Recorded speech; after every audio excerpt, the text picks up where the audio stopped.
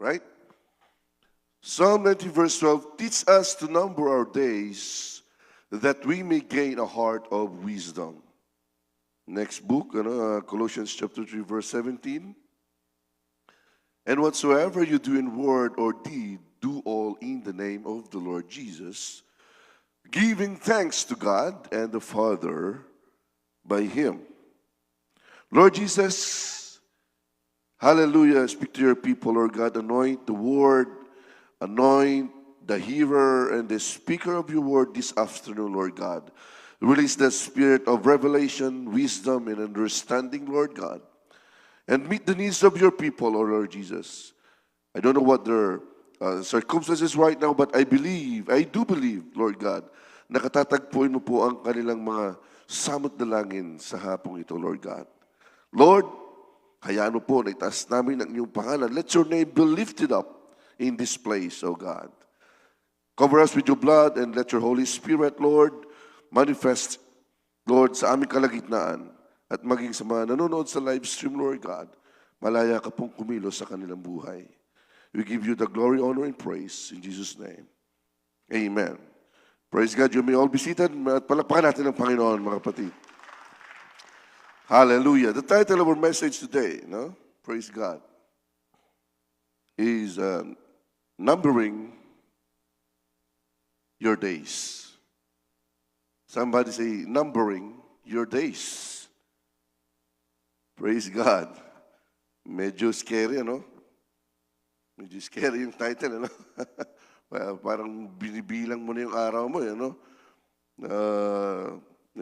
Binigay ito sa akin ng Panginoon, mga kapatid, while kami papunta ng Montreal to visit our relatives and my aunt also.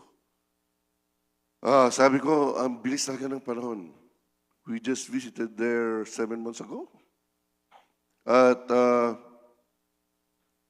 nagbabalak pa kami bumalik doon kasama ng dalawa naming bata. Because she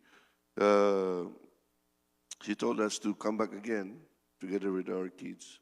But yung pagbalik pala namin, gano'n na siya, mga kapatid. So, kaya sabi ko, napakabilis ng buhay. Imagine mo yun, Yung bang kausap mo lang ngayon, parang orasan, na-countdown na pala yung buhay ng tao. Kaya sabi ko, numbering. Parang yung bang kausap mo, hindi mo alam yung pumapatak na pala yung orasan ng buhay niya na maya-maya pala mawawala na yung kausap mo.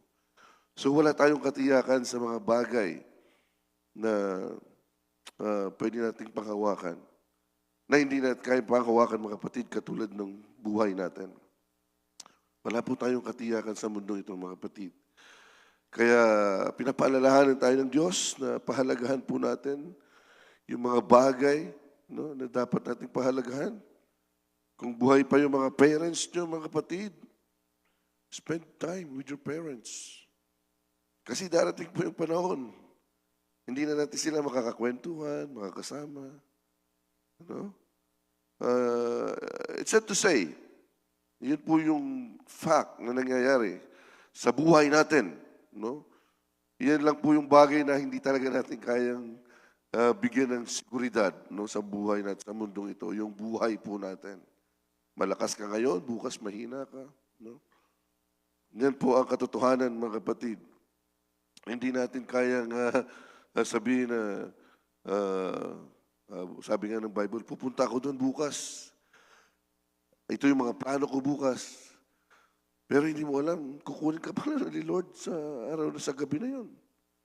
So, kaya nga, naisipan ko itong mga kapatid, God give this message to remind us, mga kapatid, para palalahanan tayo na ang buhay po dito sa mundo, mga kapatid, ay temporal, mabilis, mawala. It's just like a fog, of vapor, mga kapatid. Sabi nga, life is like a vapor. Ang buhay po natin ay parang hamog. Nakikita mo ngayon, then eventually, unti-unti pong nawawala na, mga kapatid. Praise God. So the book of Psalm chapter 90 is attributed to Moses. Yung binasa po natin. Referred to as the man of God, making the only psalm directly credited to him and considered the oldest in the book of Songs. Nakala natin si David ang sumulat nito, no? In Psalms chapter 90. Actually, ito po ay sulat ni Moses, no? Isa sa pinakamatandang aklat sa the book of Psalms, no? It is structured as prayer, likely written during the Israelites 40 years in the wilderness. So, habang sila'y naglalakbay doon sa gitna ng disyerto, so ito ay naisipan ni Moses na gumawa ng isang panalangin. Dahil sa kalagayan nila, mga kapatid, no? Instead nga na 40 years o 40 days lang yung kanilang paglalakbay, inabot sila ng 40 years. Napasulat tuloy si Moses ng kanyang prayer. No? Bigla siyang nakapagsulat. No? At isa nga yan sa pinakamatandang aklat sa the book of Psalms. No? So, itinuturo nito mga kapatid. No? It was teaches us and tells us and emphasizes that we need to recognize that life is short, urging us to make every day count. I guess Moses was between 80 and 120 years old nung ito po ay kanyang isinulat. No? And Moses knew about death. He had been saved from death by his mother. He had killed an Egyptian, then run to the desert to protect his own life. He had seen the death of all the firstborn in Egypt at the final plague. And he saw Pharaoh and his army covered in the watery grave of the Red Sea. And now in the desert wanderings, naglalakbay sila sa gitna ng disyerto. Moses watched death after death of those unbelieving people. Perhaps he already knew he must face his own death before the Israelites entered the promised land. And the Bible says, Moses didn't reach the promised land, and he died at 120 of age on Mount Nebo, at the land of Moab, opposite Jericho. Moses not allowed to enter the promised land, but was permitted to view it before his death. Ano po, hindi man nakarating si Moses doon sa promised land, pero nagkaroon po siya ng pagkakataon na makita ito doon sa malayuan. Ano? And we all know, during their time, mahaba po ang buhay ng mga tao noon di ba? Di ba? Over 100 years. No? Umabot sila ng 100 years. Napakahaba nun mga kapatid. Compared sa panahon natin. Yung lifespan sa panahon natin mga kapatid. No? At if we think about life here on earth, sabi ko kanina, it's just like a fog. You know? It's just like a fog or a vapor. You can see it now, then it would disappear eventually. Tama ba mga kapatid? Ano sabi ng James chapter 4 verse 14? Sabi niya, next slide, your life is like a vapor. No? It appears for a little time. Next slide please. Then vanishes away. Di ba? Wala pala yung James 4:14 doon kanina. No? So, ang buhay po ng tao ay maiksi lamang. Amen. Sabi ko kanina, kausap mo lang ngayon, bukas wala na. Katulad po yan ng isang usok no, na nakikita mo ngayon, then kalaunan, unti-unti na pong nawawala. What the Word of God says is true. Numbering your days means every moment of our life is valuable, mga kapatid. Napakahalaga po. Bawat araw na dumadaan sa buhay natin, mga kapatid, ay mahalaga. So, kung anong meron ka ngayon, sabi ko nga, mga kapatid, pahalagahan po natin. Malakas pa yung mga magulang mo. Ngayon pa lang sabihan nyo na siya na, I love you. No? Baka hindi nyo naman nasasabihan yung mga anak nyo rin ng I love you. Yung asawa nyo ng I love you. Baka kung kailan nandun, nakahiga na, doon ka magsasabi, I love you, I love you. Wala na, hindi ka na marinig, mga kapatid. No? That's the fact. No? Napakabuti ng tao na yan. No? Mahal na mahal ako niyan. No, diba? Ang dami natin sinasabi pag nakaratay na doon sa higaan. Nung buhay pa, hindi mo naman masabi-sabi, mga kapatid. So, huwag natin hintayin na mag-regret tayo later on at yun pa yung maging cause no, ng pagkakasakit mo kasi dinamdam mo yung pagkawala ng mga mahal mo sa buhay. So, huwag nating sayangin yung mga ganyang pagkakataon. Kung anong meron ka ngayon, pahalagahan mo yan, mga kapatid. Because time goes by, makakalimutan na po yan. No, ngayon, bukas, ilang years, naalala mo pa? Pero after decades, centuries, or what, maging yung alaala na yun, mawawala na yun, mga kapatid. Wala nang maaalala kahit konti, mga kapatid. Di ba? Di ba? Yung si Joseph nga how many years ang naglingkod sa Egypt? Pero nung namatay siya, nakalimutan na siya. Kaya naghihirap ulit ang bayan ng Israel sa kamay ng mga Ehipsyo. So ganun ang nature natin mga tao, mga kapatid, makakalimutin na tayo. Hindi na natin maalala yung mga bagay-bagay. Ano? Ngayon nga pa nga lang, mga kapatid, wala ka pa sa edad, buhay ka pa nga, makakalimutin ka na. No? Paghugas mo ng kamay, naiwan mo, bukas pa yung gripo, hindi mo, nakalimutan mo na, di ba?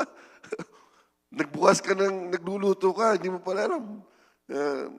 May niluluto ka, nasunog na yung niluluto mo, mga kapatid. Di ba? Mabilis natin makalimot. So, that's the nature, mga kapatid, ng tao, mga kapatid. So, don't waste your time sa mga unnecessary things. Because our days are numbered. Imagine nyo nga, di ba yung kalendaryo? Paglipas ng isang araw, i-cross mo yon. Nabawasan na naman ng isang araw yung buhay ko, di ba? Imagine mo yung calendar. Kino-cross out mo yung bawat araw na lumilipas, mga kapatid. Praise God. Hallelujah. But yun nga, nakakalungkot no, na makakita mo yung mahal mo sa buhay na pumanaw. Nung bumisita nga kami doon, I feel mixed emotion, mga kapatid. Malungkot na masaya. Malungkot malungkot talagang mawala ng relatives. No? Yun yung pinakamasakit sa lahat. No? Yung mawala ka ng mga mahal mo sa buhay. Praise God. Masaya dahil nagkita-kita ulit kayo ng mga kamag-anak mo. Sabi ko nga doon sa pinsan namin, parang nung last tayong nagkita, nung burol ng kapatid ko Doon na lang kayo nagkikita pag may mga ganong occasion o yung may namatay, birthday yan, ganyan na lang kayo nakikita, mga kapatid. So, kaya pahalagahan po natin yung buhay, mga kapatid, o yung mga bagay na dumadating sa buhay natin. Masaya kasi may pinahintulot na ng Diyos na siya po ay mamahinga. No? She's struggling to fight for her life for how many years? And that's it. No? She made it, mga kapatid, the true life with Jesus. I believe, mga kapatid, I don't know if she have heard about the gospel, but I believe in the biblical principle, mga kapatid, na sinasabi nga sa 2 Peter 2:21-22, it direct states, it is better not to have known the way of righteousness, no, sa Tagalog, sapagkat magaling pa sa kanila ang hindi nakakilala ng daan ng katuwiran, kaysa pagkatapos na makakilala, ito ay tumalikod sa banal na utos na ibinigay sa kanila. Alam niyo yun, mga kapatid, maigi pa daw yung mga tao hindi nakarinig ng salita ng Diyos, ng gospel, ng plano ng Diyos para ang tao ay maligtas. Nakarinig sila pero hindi naman nila sinusunod. Ayaw namang i-apply.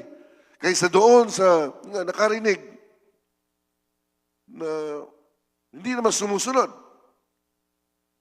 So, sabi ng Scripture, it's better not to have known the way of righteousness than to turn away from it. Ano? Kaysa doon sa mga nakarinig ng katotohanan patungkol sa kaligtasan, patungkol na dapat nating maghayo ng salita ng Diyos, patungkol na dapat tayo mamuhay ng may kabanalan, pero hindi naman ito isinasagawa, mga kapatid. Mas malaki po yung responsibilidad natin sa harapan ng Panginoon. Hallelujah. So it is pointing to those people who already knew the commandments of God to obey the plan of salvation, but they ignored and rejected it. And they turned their belief to their own way and not in God's way, mga kapatid. Brethren, sabi ko nga, try to imagine our life here on earth is just like katulad ng isang kalendaryo. Kita niyo ba yan? Nasa screen, maliit nga lang yung calendar. Ano? You cross out the days that passed by every day. Now, imagine the lifespan of people nowadays. Now, the Bible says, you are considered blessed. Sabi kanina ni Sister Sheila, 60 years old daw blessed. Actually, sa Bible, 70 years old na sinasabi. 70 years old to 80 years old. Ikaw po ay pinagpala na ng Diyos kapag naabot mo yung edad na yan, mga kapatid. In the book of Psalms chapter 90, verse 10. Pinagpala po ng lubusan yung mga taong umabot sa edad na 70 to 80 years old. I believe mahirap na pong abutin yung edad na yan sa panahon natin. I believe, mga kapatid, maliban na lamang kung loobin po ng Diyos. At nagpapasalamat nga po ako sa Panginoon kasi yung parents ko po bukas, yung tatay ko is turning to 86 years old. Then next month, yung nanay ko naman po ay 81 years old. So nasa line of 80 na sila, praise God. Pero salamat sa Panginoon dahil malalakas pa rin sila. Praise God. At lubos na pinagpala ng Panginoon ang mga tao nakakaabot sa ganyang edad, mga kapatid. So, nakita niyo dyan, if you're already 80 years old, sabi dyan, you had 29,200 days here on earth. Wow!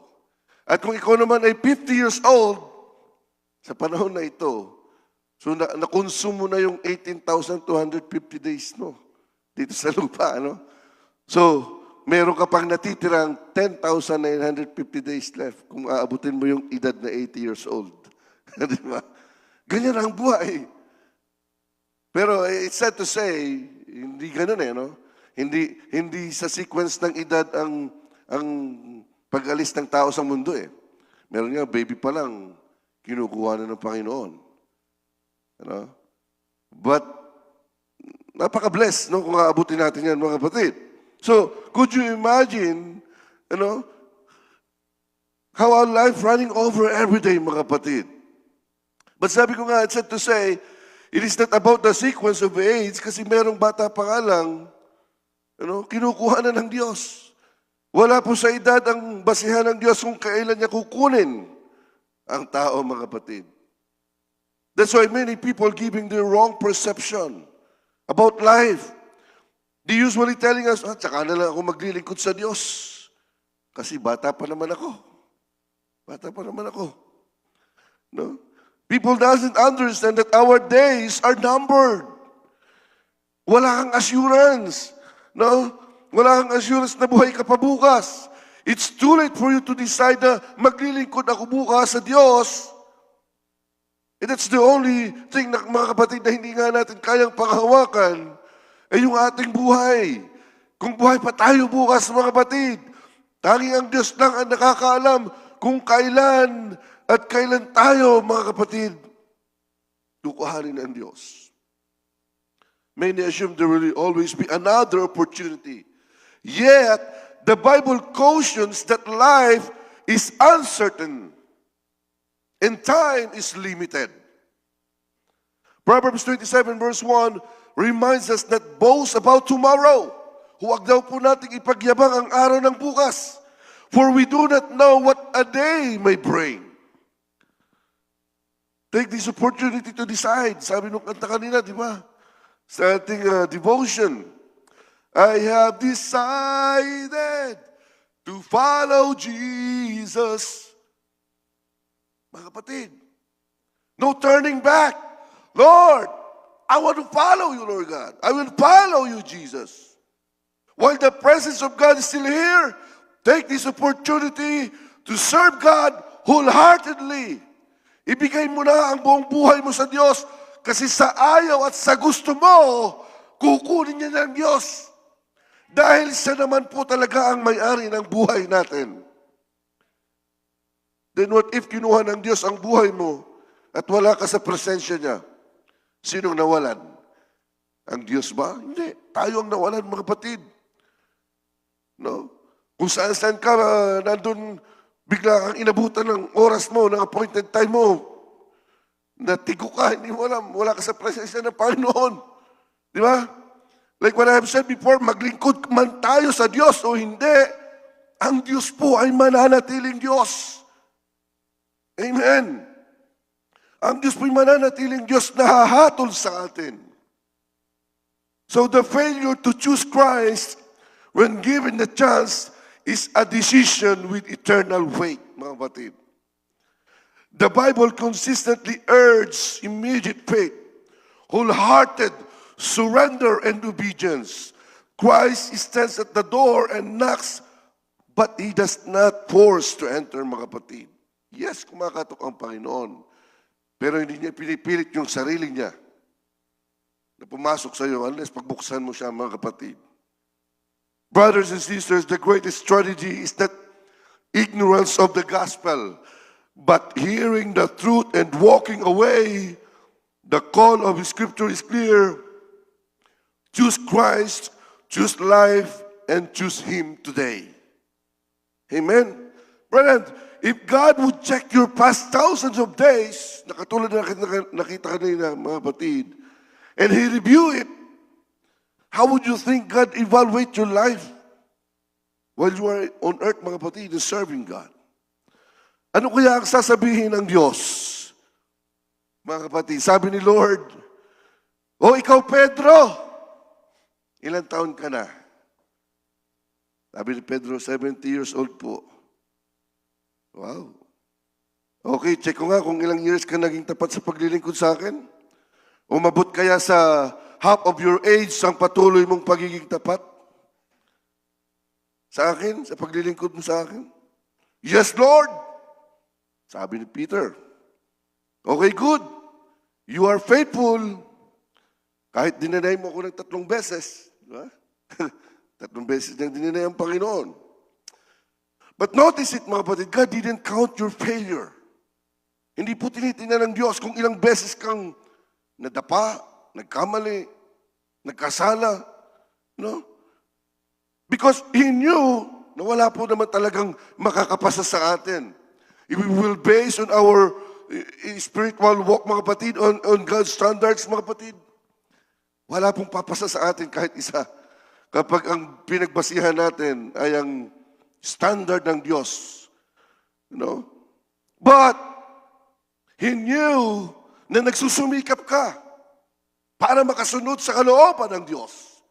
You follow Jesus not because somebody convincing mga kapatid, convincing you, but because that is your desire, and you deserve, mga kapatid, and you serve God faithfully, mga kapatid.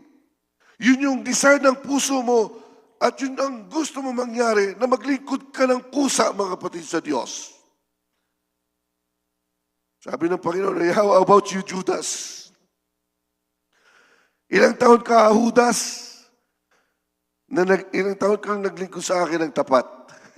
Sabi ni Judas, siguro po mga 2 years, mga 2 taon akong naglingkod sa iyo ng tapat. Kasi alam naman natin na 3 years lang yung earthly ministry ng Panginoon, di ba? So maaaring 2 years lang yung kay Judas na siya ay naging tapat.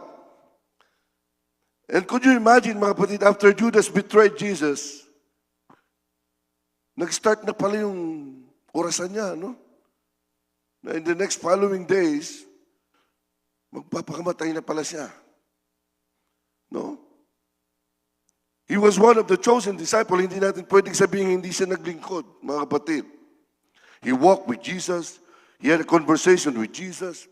He ate with Jesus. No? At siya ay katiwala pa ng Panginoon. No? Sa mga pera, sa salapi. No? Treasurer pa siya ng Panginoon. Si Judas.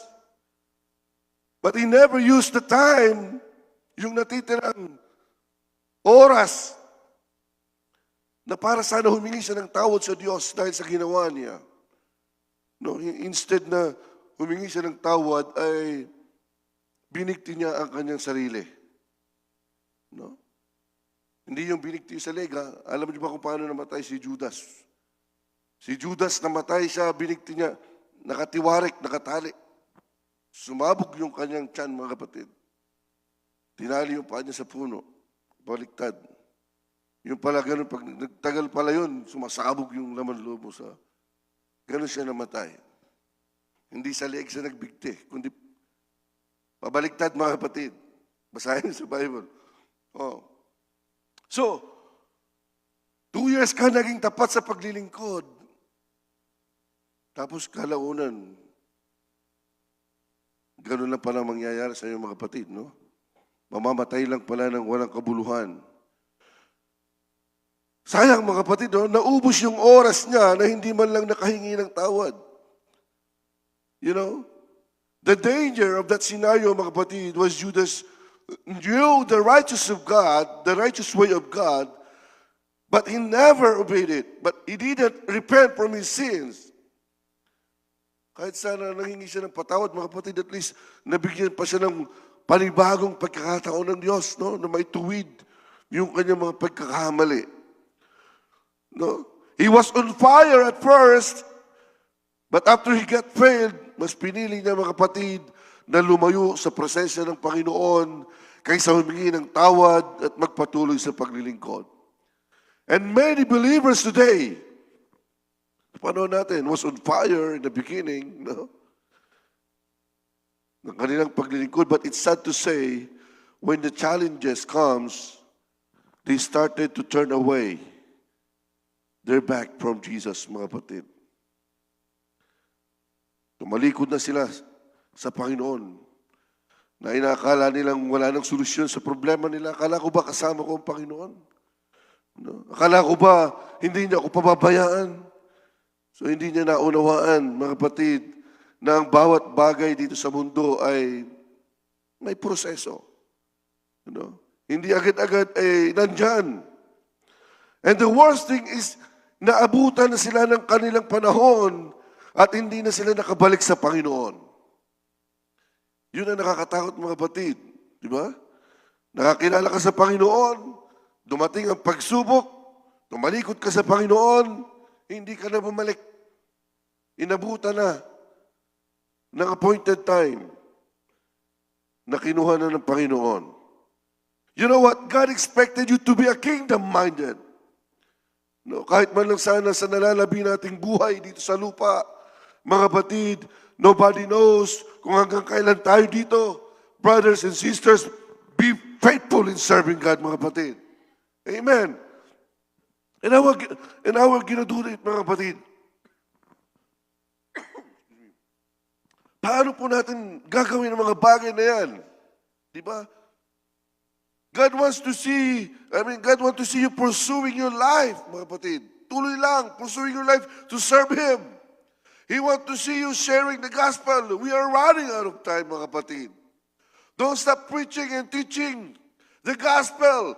They must hear that our days are numbered, mga kapatid. Bilang na po ang oras. Nabibilang po ang oras, mga kapatid. Sabi ko nga, hindi natin alam if we are still alive tomorrow, the next day, the following months. Moses said, numbering your days. Here are a few thoughts, mga kapatid, on numbering your days. Number 1, numbering your days reminds you that you have a limited number of days. Matthew 6:27, can any one of you, by worrying, add a single hour to your life?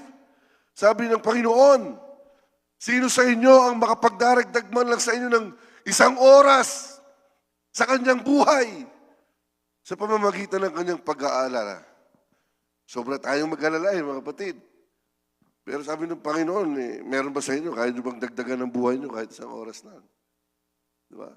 So, sabi ng Panginoon, our time here on earth is short, mga kapatid. Are you using each day to build the kingdom of God?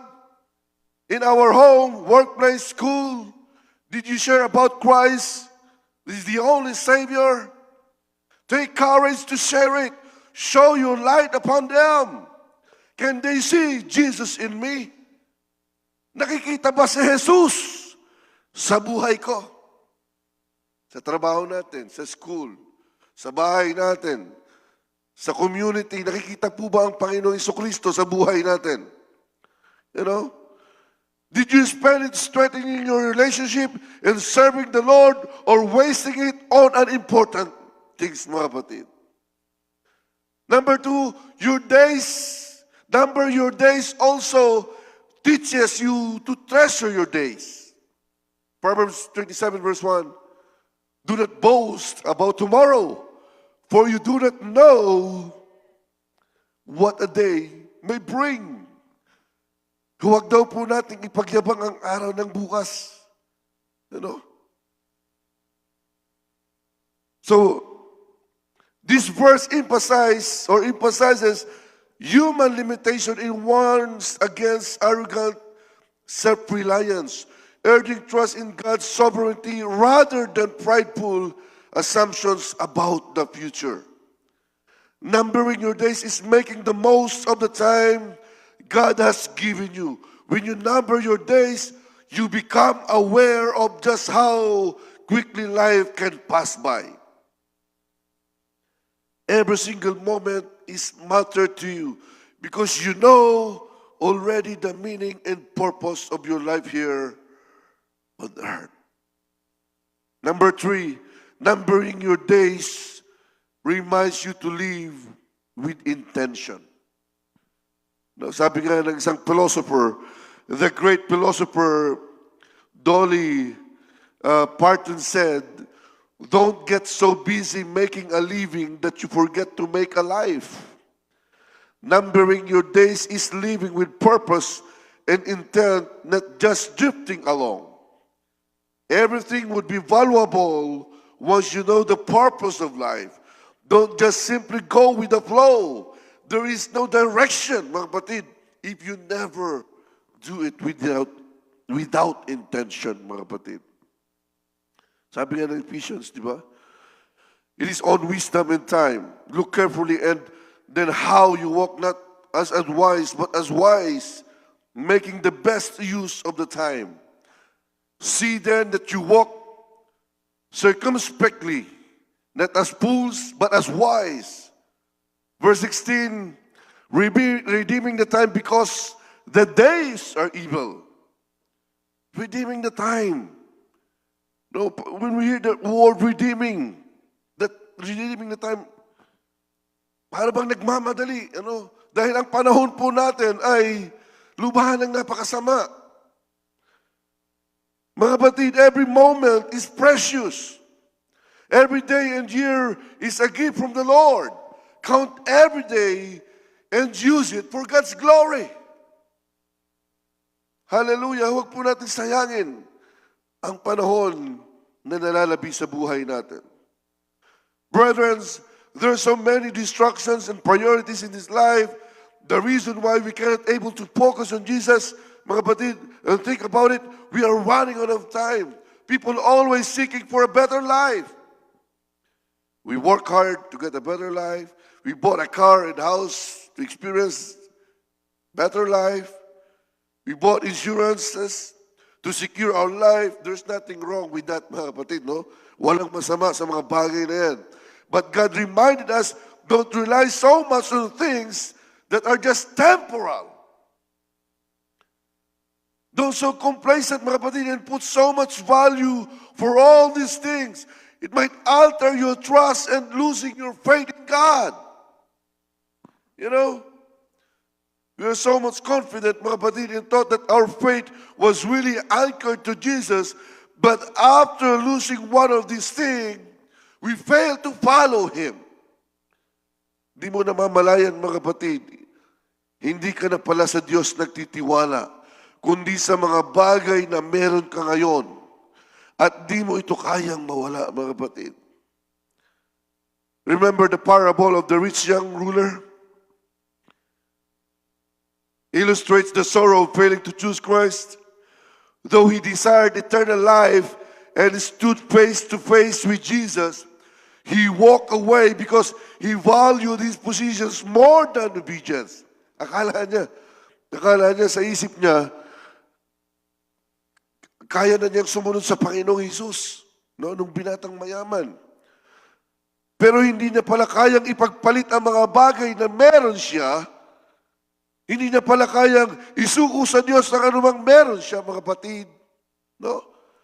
The tragedy was not his wealth, but his unwillingness to surrender yung mga bagay na meron siya. And likewise, many today hear Christ call, but turn away because of pride, fear, sin, or attachment to the world. And listen to this, mga kapatid, and let's meditate it, mga kapatid. I believe na mangusap po ang Panginoon sa atin sa mga oras na ito. God is asking you right now, anak, may mga bagay ba na hindi mo kayang i-give up at sumunod sa akin? Excuse me. May mga bagay ka bang hindi mo kayang i-give up at sumunod sa akin? Jesus never for us to follow Him, but He wants us, or He wants you to choose Him, mga kapatid. Kasi sinasabi po ng Scripture, Matthew 6:21, for where your treasure is, there will your heart be also. Mga kapatid, sabi ng Panginoon, kung nasaan ang iyong kayamanan, ay nandun din po yung ating puso. Maybe some of you will say, buti na lang, hindi ako mayaman. Sabi siguro ng ilan sa inyo. Brother, it's not only about the possessions or material things that you have. The Bible says it is about your priorities. Your priorities can become idolatry, mga kapatid. The things that you have given so much attention and more sympathy rather than the things of God, it can become your idols. Alam niyo po ba yun, mga kapatid? Idols is not only about the graven images or pagan gods. If your priorities, mga kapatid, is more important than serving God, then it might become your idols later on. Alam niyo po yun? Yung mga bagay po na higit mong pinapahalagahan kaysa mga bagay na ukol sa Diyos, ay katumbas ng pagkakaroon mo rin ng ibang Diyos-Diyosan, mga kapatid. You know?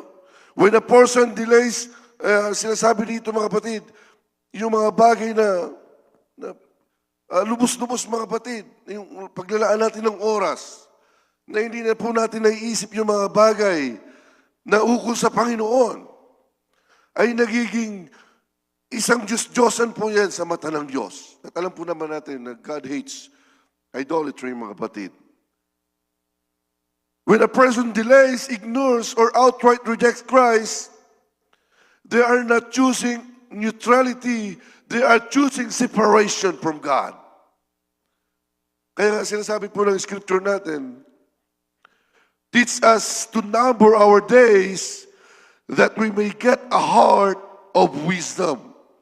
So this verse is often treated as if it were proverb. That means life is short. So live wisely.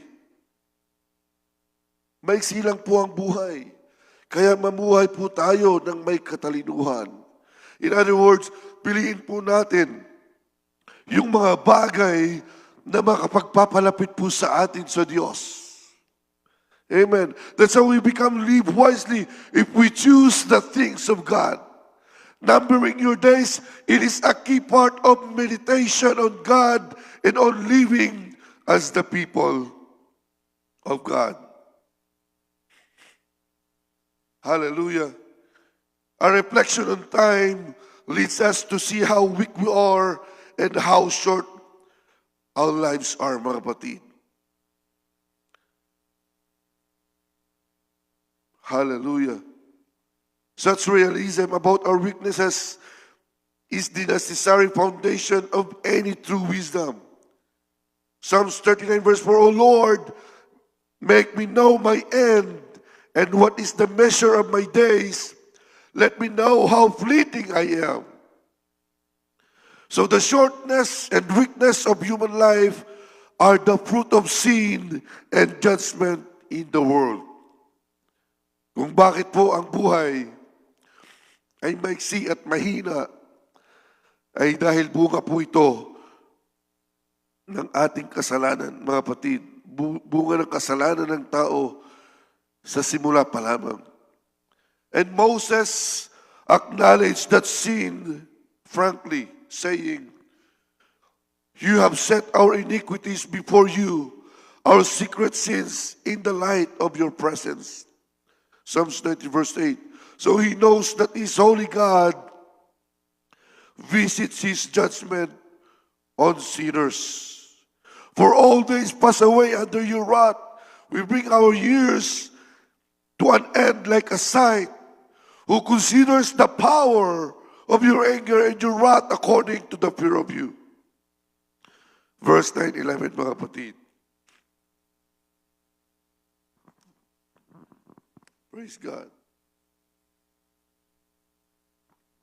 Hallelujah.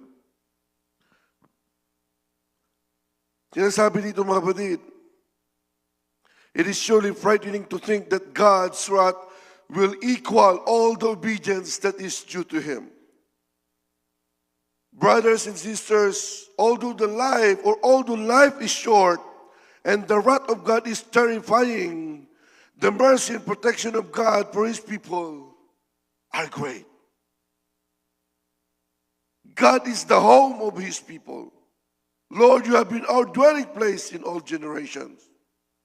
Through all the generations of His people's existence, reaching back all the way to creation, God has always preserved and protected His people.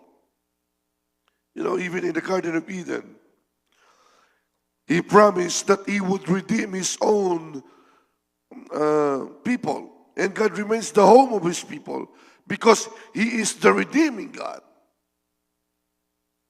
And Moses reminds us that while the life of man is frail and short, God is eternal. Kaya nga mga kapatid, hallelujah, sinasabi dito mga kapatid, if our need is to number our days by contrasting their shortness with the eternal nature of God, then our prayer to God is that He would teach us the number of days.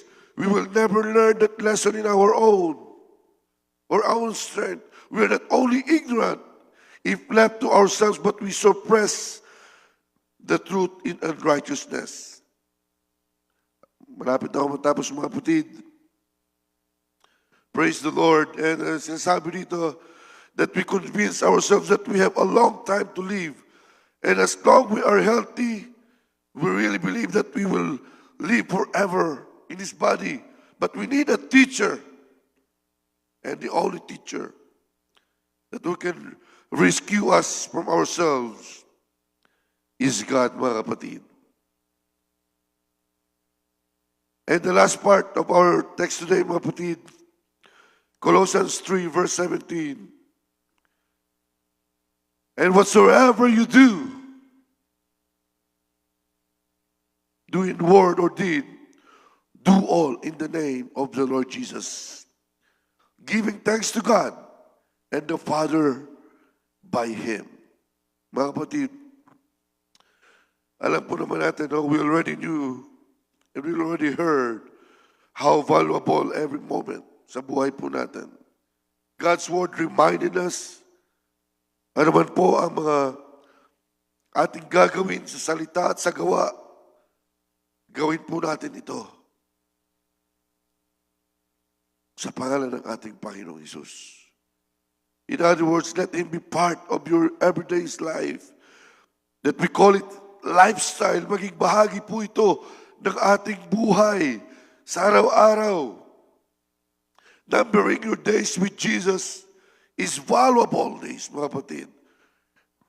Kaya dumating man po ang huling sandali ng buhay natin, basta kasama natin ang Panginoong Hesus, makakatiyak po tayo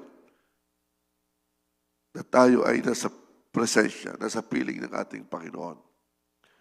Shall we stand, mga kapatid, at palakpakan natin ang Panginoon? Praise God. The altar is open. Praise God. I believe ang Diyos ay nangusap sa bawat isa sa atin. Our days are numbered, mga kapatid. Sabi ko nga, mga kapatid, ito yung bagay na kailanman ay hindi natin kayang panghawakan yung ating buhay. Malakas tayo ngayon. Malusog tayo ngayon. But, mga kapatid, hindi natin alam sa araw ng bukas kung nandito pa ba tayo. But the good thing is, may assurance tayo, mga kapatid. Mawala man tayo sa mundong ito, mga kapatid. Subalit tayo ay nasa presensya ng Diyos, nakakilala sa Diyos, naging tapat na naglilingkod sa Diyos. May katiyakan po ang ating susunod na buhay, mga kapatid.